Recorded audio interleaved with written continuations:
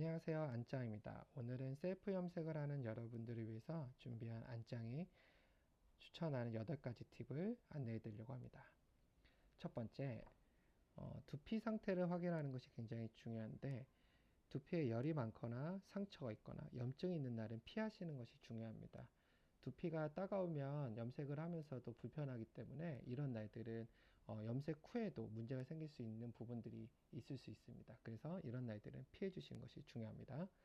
두 번째는 귀나 이마, 목 주변에 바세린이나 오일을 발라서 보호해 주시는 것이 중요한데, 목이나 이마 그리고 두피 쪽에는 피부에 염색약이 착색되면 오래 남기 때문에 이러한 오일이나 바세린을 발라서 보호해 주신 것이 중요합니다. 세 번째는 환기가 잘 되는 공간을 확보하시는 것이 중요한데, 염색약이 어, 환기가 되지 않는 곳은 염색약 냄새 때문에 하면서도 불편함을 느끼실 수 있기 때문에 이런 곳들을 피해 주시는 것이 중요합니다. 염색을 할 때는 이제 혼합 후에는 빠르게 사용하시는 것이 되게 중요합니다. 왜냐하면 염색약은 20분에서 30분 사이에 반응이 가장 활발하기 때문에 이 시간에 이제 혼합해서 이 시간을 놓치게 되면 염색이 얼룩이 지거나 염색이 잘 안 되는 경우가 발생할 수 있으니까 혼합 후에는 빠르게 사용하시는 것을 권장합니다. 특히나 이제 브러쉬나 손으로 혼자 하긴 좀 어렵잖아요. 그렇기 때문에 도포량은 좀 두껍지 않게 해주시는 것을 추천드립니다. 그리고 만약에 이제 세치 커버가 잘 안 되시는 분들은 세치 염색할 때는 도포한 다음에 비닐캡을 씌우시는 것을 권장하고, 피부에 묻은 염색약은 휴지나 물티슈로 바로 제거하셔야 염색이 피부에 착색되는 것을 방지하실 수 있습니다. 염색 후의 단계에서는 미온수로 헹구시는 게 가장 중요한데, 너무 뜨거운 물은 염색이 아직 안착이 되지 않았기 때문에 염색이 뜨거운 물을 만났을 때 모발이 열려서 염색약이 빠져나갈 수 있기 때문에 염색 전용 샴푸를 통해서 미온수로 헹구시는 것을 추천드립니다. 또한 트리트먼트나 컬러 전용 앰플을 사용해서 유수분 밸런스를 조절해 주시는 것을 좋고요. 그리고 마지막에 헤어 오일은 꼭 발라주시면 좋겠는데, 이런 경우는 이제 헤어 오일이 마지막 클리닉이라고 생각하시면 됩니다. 염색 후의 마지막 클리닉은 염색이 빠져나가지 않게끔 해주는 마지막 단계이기 때문에 헤어 오일로 염색을 빠짐을 방지하시는 것이 중요합니다. 마지막으로 베개에 염색 물질을 이염이 방지할 수 있는 타월들을 올려놓고 주무시는 것이 중요합니다. 보통 3일에서 7일 사이에 굉장히 많은 어, 그 염색약들이 이염돼서 불편을 느끼시는 경우들도 많은데, 특히 빨간색이나 아니면 파란색들 아니면 회색 그리고 검정색들을 하시는 분들은 특히 이염 방지용 타월을 사용하시는 것을 추천드립니다. 그렇다면 안짱의 셀프 염색 가이드를 시작하겠습니다. 안짱의 셀프 염색 가이드 첫 번째, 새치 염색 시간입니다. 새치 염색의 경우에는 30분이 기본입니다.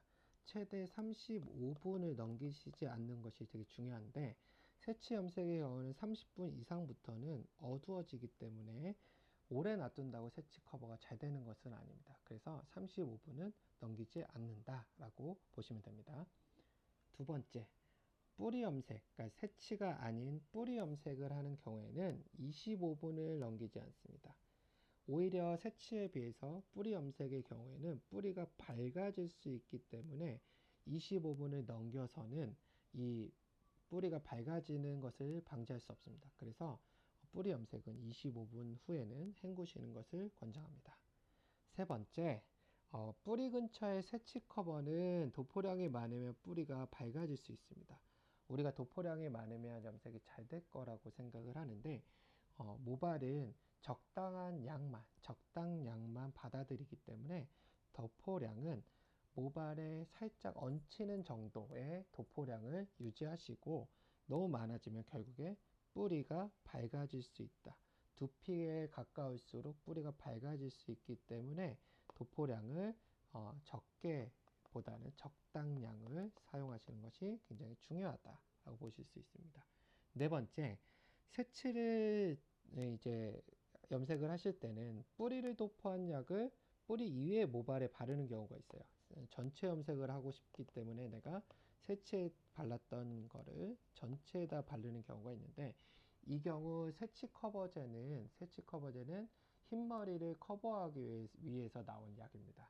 그런데 우리가 기존에 있었던 모발들은 새치가 거의 없죠. 그래서 새치가 거의 없는 모발에 새치를 커버하기 위한 약을 사용하는 경우에는 결국에는 모발이 내가 기존에 있었던 모발은 얻어질 수 있는 경우가 생기는 겁니다. 그래서 새치를 위해서 썼던 약은 절대 기존 모발에 바르지 않는다라고 보시면 됩니다. 다섯 번째, 도포 시간은 10분을 넘기지 않는 것이 중요합니다. 왜냐하면 염색약은 도포한 후에 10분부터는 발색 기능, 그러니까 색이 밝아지거나 아니면 색이 착색되는 기능들이 활발히 이루어지기 때문에 10분을 넘길 때는 모발에 얼룩이 생길 수가 있습니다. 그래서 처음 발랐던 부분과 나중에 발랐던 부분들이 얼룩이 생길 수 있기 때문에 여러분들이 10분에서 적어도 12분 안에는 웬만하면 도포가 마무리가 되셔야 되는 게 중요합니다. 자, 여섯 번째는 내가 새치가 처음이거나 똥손인 경우에는 도포량을 최대한 좀 적게 하면서 나중에 재도포하는 것을 추천합니다. 도포 시간이 너무 오래 걸리게 되면 도포한 쪽과 처음 도포한 쪽과 나중에 도포한 쪽이 다르게 나올 수 있기 때문에 여러분들이 도포량을 적게 해서 재도포를 하시는 것을 추천드립니다. 자, 일곱 번째.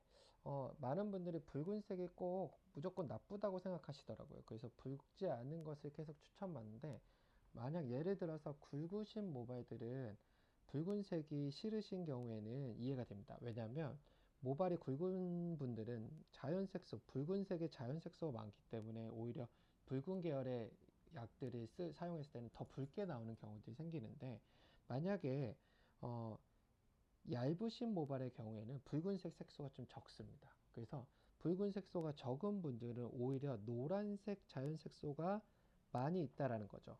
그래서 노란색 자연색소가 많은 부분들은 오히려 갈색보다는 오히려 노란 계열로 나올 수 있기 때문에 밝게 보일 수도 있고, 또한 색채가 커버가 안 되는 경우들이 나올 수 있기 때문에 적당히 브라운 염료가 있는 색을 써주시는 게 중요합니다. 그래서 보통 12계열을 많이 쓰는데 이건 체스넛 브라운이라고 하죠. 체스넛 브라운.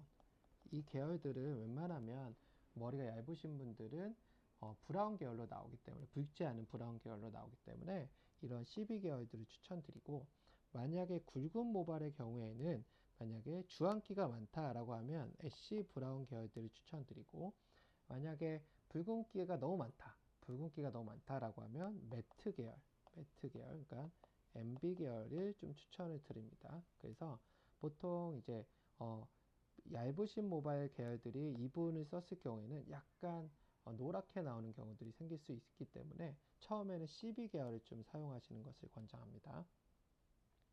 마지막으로 여덟 번째, 모발에 이제 새치나 아니면 뿌리 염색을 바르고 잘 들어가라고 막 두피나 아니면 모발을 막 비비는 경우들이 생기는데, 셀프 염색 시에 우리가 이제 미용실에서 보면은 염색 후에 막 비비거나 그러진 않잖아요. 탈색할 때 빼고는.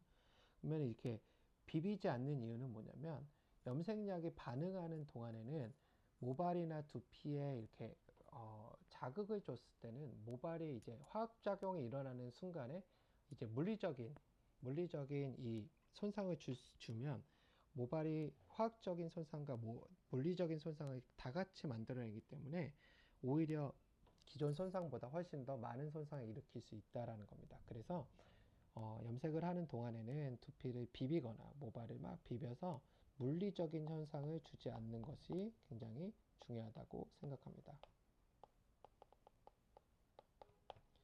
그래서 여러분들이 이렇게 새치 염색의 시간, 그리고 뿌리 염색의 시간, 그리고 도포량, 그리고 새치를 발랐던 거를 왜 모발 끝까지 바르지 않아야 되는지, 그리고 도포 시간이 길면 얼룩이 질 수 있는 부분들, 그리고 내가 처음 하는 새치라면 도포량을 좀 적게 해서 재도포하는 것들, 그리고 꼭 붉은색은 나쁘지 않다라는 것이 이제 여러분들한테 알려드리고 싶은 거고, 마지막으로 우리가 새치 샴푸처럼 막 염색약을 바르고 나서 모발을 비비거나 아니면 두피를 비볐을 때는 오히려 더 큰 손상이 일어난다는 것을 알고 세시프 염색을 하셨으면 좋겠습니다. 다음 시간에는 좀 요즘 퍼스널에 대해서 많은 문의들이 오는데, 특히나 이제 모카무스, 그러니까 요즘 2025년 트렌드 컬러인 모카무스에 대해서 나는 웜톤인데 어울릴까요? 아니면 나는 쿨톤인데 모카무스가 어울릴까요? 라고 질문을 많이 하셔서 제가 이 주제로 한번 준비를 해보려고 합니다. 그러면 지금까지 안짱이었습니다. 감사합니다.